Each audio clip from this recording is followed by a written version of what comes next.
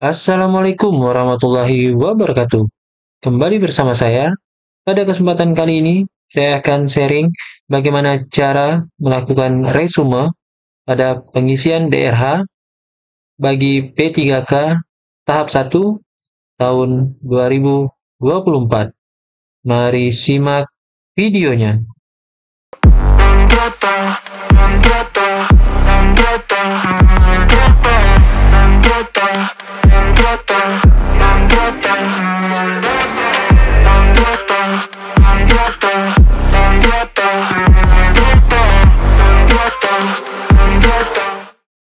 Halo rekan-rekan YouTube semuanya, kembali bersama saya.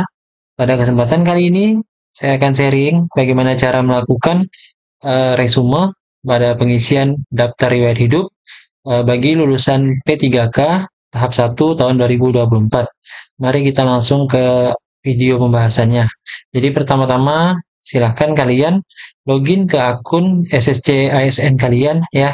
Kalian klikkan alamat pada web kalian yaitu sscasn.bkn.go.id, kemudian kalian klik masuk dan nanti akan diarahkan ke username dan password kalian. Silahkan masukkan.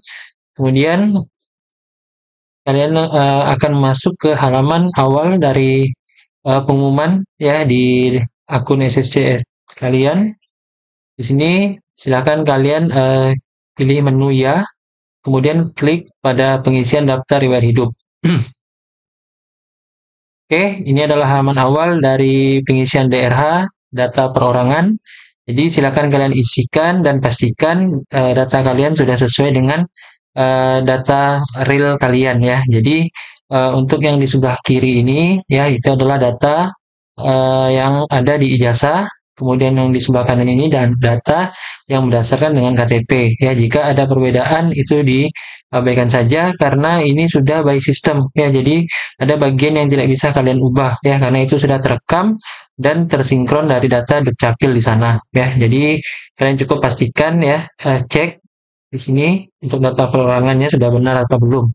Kemudian kalian scroll ke bawah, kemudian kalian isikan CAPTA ya agar bisa lanjut ke halaman berikutnya. Ya pastikan data di data perorangan ini sudah benar ya. Jadi itu. Kemudian masuk ke bagian kedua yaitu bagian pendidikan ya. Di sini kalian isikan ya pendidikan kalian dari SD sampai S1 atau D4 ya. Jadi di sini kalian bisa menambahkan pendidikan ya dari SD, SMP, SMA, kemudian sampai S1 atau D4.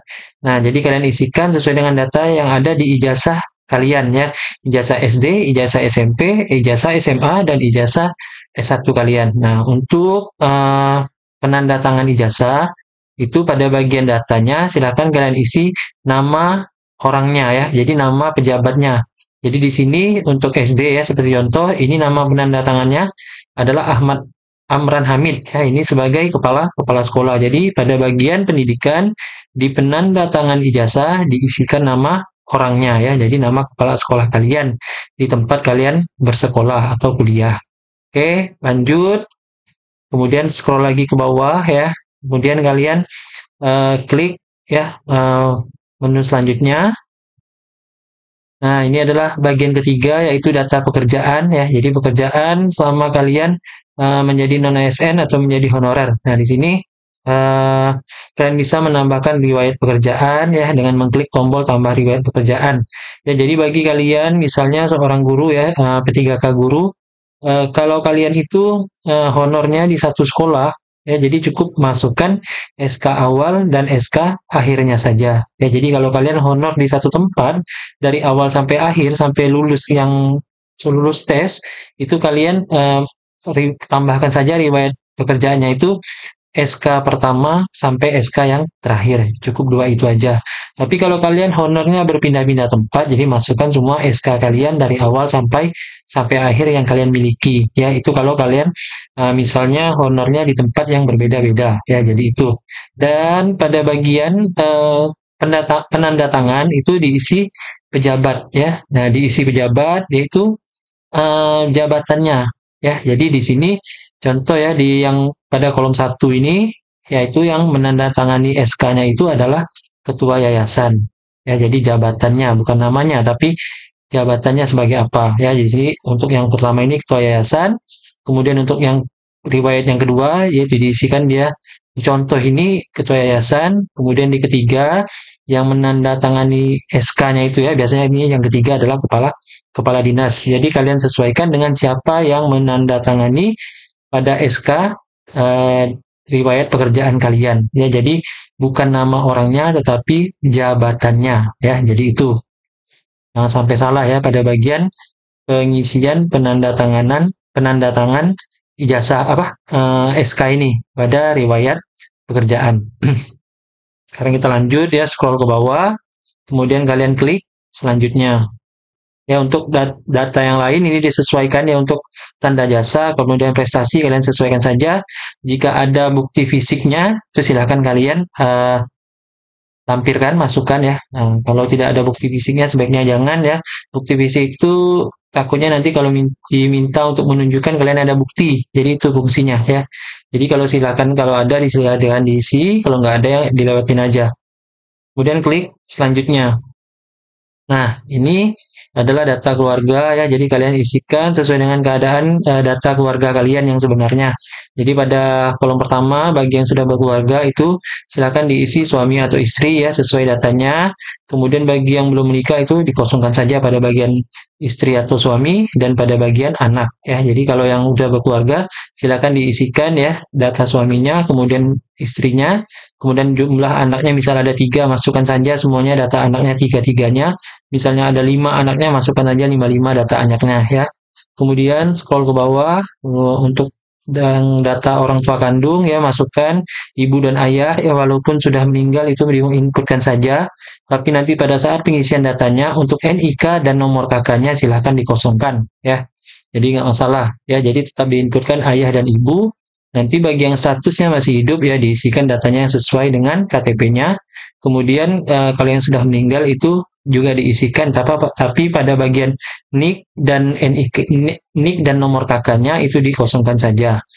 Kemudian yang keempat untuk saudara kandung juga sama ya isikan sejumlah saudara kandung yang kalian miliki ya. Misal ada 3 silakan 3, ada 4 silakan diisi 4 dan juga berlaku untuk saudara kandung yang berbeda kakak dengan kita. Misalnya dia sudah menikah ya sudah mempunyai kakak sendiri juga nggak masalah inputkan semuanya di pada kolom data saudara kandung. Jadi mintakan kepada saudaranya itu agar lebih mudahnya itu mintakan saja kakaknya. Ya, jadi kalau kakak itu kan datanya sudah lengkap dalam satu keluarga. Jadi itu ya, silakan kalian isikan sesuai dengan data real saudara kandung kalian. Kemudian yang kelima, bagi yang sudah menikah juga silahkan isikan data bapak atau ibu mertuanya ya. Jadi isikan bapak mertuanya dan ibu mertuanya ya. Jika masih hidup, silahkan isikan datanya dengan lengkap. Jika sudah meninggal, tetap isikan datanya secara lengkap. Namun pada bagian nomor induk KTP atau NIK dan nomor kakak itu dikosongkan saja. Biasanya kalau orang yang sudah meninggal itu nggak punya lagi NIK dan nomor kakak. Tapi pada pemberkasan ini silakan kalian isikan ya datanya yang terakhir sama dia masih hidup ya, tetapi pada bagian nomor kakak dan nomor NIK-nya itu kalian kosongkan saja. Kemudian kalian simpan. Ya, setelah kalian isikan datanya sudah lengkap dari suami, anak, saudara kandung, orang tua dan mertua, kemudian kalian klik selanjutnya. Nah, ini pada bagian kolom organisasi, data organisasi ini silakan kalian isi surat-surat keterangan yang sudah kalian urus ya dari SKCK, surat keterangan jasmani dan rohani, kemudian surat keterangan bebas narkoba. Ya, jadi itu sudah bisa kalian baca ketentuan cara mengisinya itu seperti apa. Ya, jadi khusus untuk surat keterangan jasmani dan rohani ini jika ada 2 surat dengan nomor yang berbeda, masukkan saja nomor kedua-dua suratnya ya. Jadi kalau punya surat kesehatan jasmani dan rohani yang memiliki nomor berbeda, masukkan saja kedua nomornya dibatasi dengan tanda pagar, tanda miring ya, garis miring seperti ini.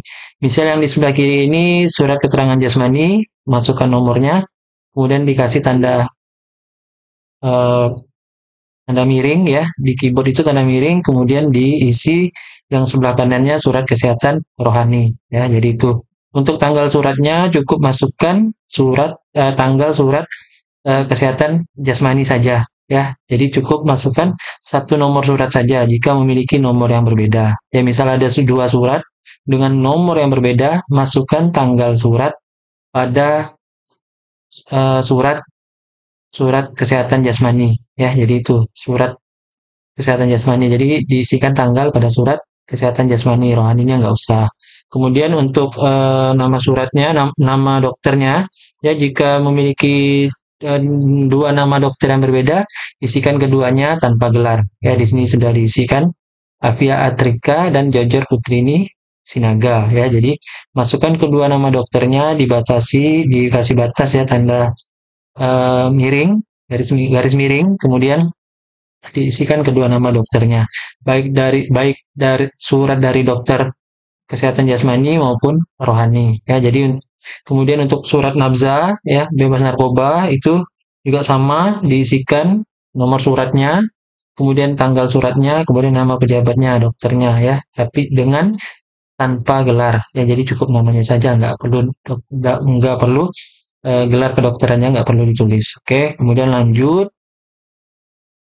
Nah, ya ini langsung masuk ke bagian dokumen, ya dokumen yang harus kalian unggah. Ya, jadi ini dokumen yang harus kalian unggah. Jadi yang pertama, file scan surat pernyataan 5 poin itu kalian bisa download di sini ya, ada klik tombol download di sini ya. Pastikan kalian untuk surat pernyataan ini buat yang paling baru ya. Jadi sesuaikan dengan tanggal kalian membuat surat. Download di bagian bawah sini ya. Di sini kan ada nih untuk template surat pernyataan dapat Anda unduh di sini. Silakan kalian unduh. Kemudian kalian isi, setelah itu kalian print out, tanda tangan materai, scan ulang, unggah di sini ya. Kemudian file SKCK ya, kemudian kalian upload juga, unggah. Kemudian file scan daftar riwayat hidup atau DRH yang sudah diunduh ya, ini kalian silakan unduh di sini untuk perorangan dan di sini untuk yang data-data keluarga. Jadi totalnya kemungkinan untuk file DRH ini ada 9 sampai 8 lembar tergantung jumlah data yang kalian isikan ya. Jadi jika sudah kalian isi datanya ya, kemudian kalian lengkapi apa yang diminta ya. Jadi untuk DRH perorangan ini kalian diminta menuliskan ulang pada nama, tempat lahir dan tanggal lahir. Kemudian pada cetak DRH ini, cetak riwayat DRH ini kalian dimintakan untuk mengisi ya, menulis tempat, tanggal surat, nama kalian dan tanda tangan berserta materai ya. Setelah itu kalian scan menjadi satu file PDF dan setelah itu kalian unggah di bagian dokumen ini. Kemudian di sini file scan surat bebas narkoba ya, kalian unggah juga. Kemudian selanjutnya kalian unggah juga surat keterangan jasmani, sehat jasmani dan surat kesehatan rohani ya. Jadi jadikan satu file PDF ya untuk kedua surat ini. Jadikan satu file PDF, kemudian kalian unggah di sini. Kemudian yang terakhir yaitu file scan surat lamaran yang ditujukan kepada instansi. Sistem akan menampilkan surat lamaran pada awal pendaftaran jika ada, tapi di sini nggak ada ya. Jadi cukup kalian unggah ulang file surat lamaran yang kalian gunakan untuk melamar kembali di sini. Ya, jadi kalian nggak perlu buat surat lamaran yang baru, kalian cukup gunakan surat lamaran yang lama, kemudian kalian unggah ulang di sini. Ya, jadi itu yang dibuat baru itu hanya surat pernyataan 5 poin.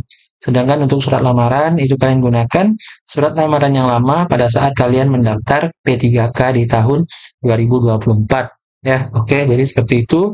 Kemudian kalian scroll ke bawah ya, kalian bisa baca dulu ketentuan unggah dokumennya seperti apa ya. Jadi pastikan tidak terjadi kesalahan dalam pengunggahan dokumen. Jika kalian sudah merasa yakin, silakan kalian klik akhiri proses pengisian DRH untuk melakukan konfirmasi ya. Jadi kalian klik pada bagian akhiri proses pengisian DRH, kemudian akan muncul tampilan notifikasi seperti ini.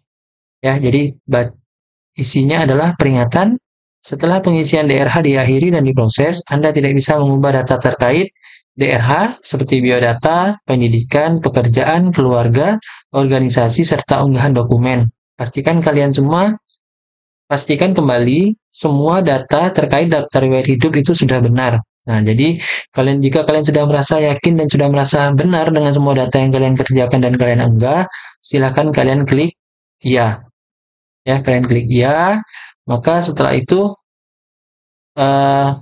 akan hilang pop-up seperti ini. Nanti akan muncul tampilan awal lagi. Silakan kalian langsung klik resume.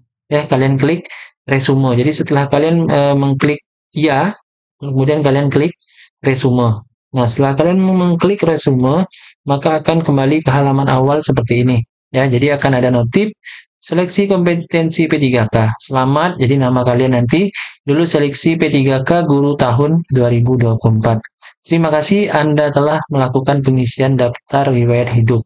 Berarti nah, ini tandanya bahwa kalian sudah selesai melakukan pengisian DRH dan sudah melakukan resume di dalam pengisian DRH. Jadi begitu kalian klik nanti di daftar riwayat hidup, maka nanti akan muncul tampilan data-data kalian yang bisa kalian lihat kembali ya. Jadi seperti itu penjelasannya.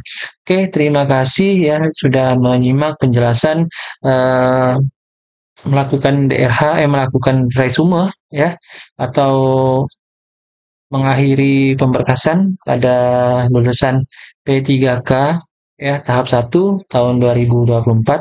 Ya ini berlaku juga untuk nakes dan teknis ya. Jadi silakan dilakukan dengan teliti sebelum melakukan resume pada pengisian DRH. Oke, terima kasih atas perhatiannya. Jika ada yang ingin ditanyakan, silakan tanyakan di kolom komentar. Terima kasih ya atas perhatian kalian. Jangan lupa like, share, dan subscribe channel ini agar bisa berkembang dan bisa memberikan manfaat bagi kita semua. Saya akhiri. Wabillahi taufiq wal hidayah. Wassalamualaikum warahmatullahi wabarakatuh.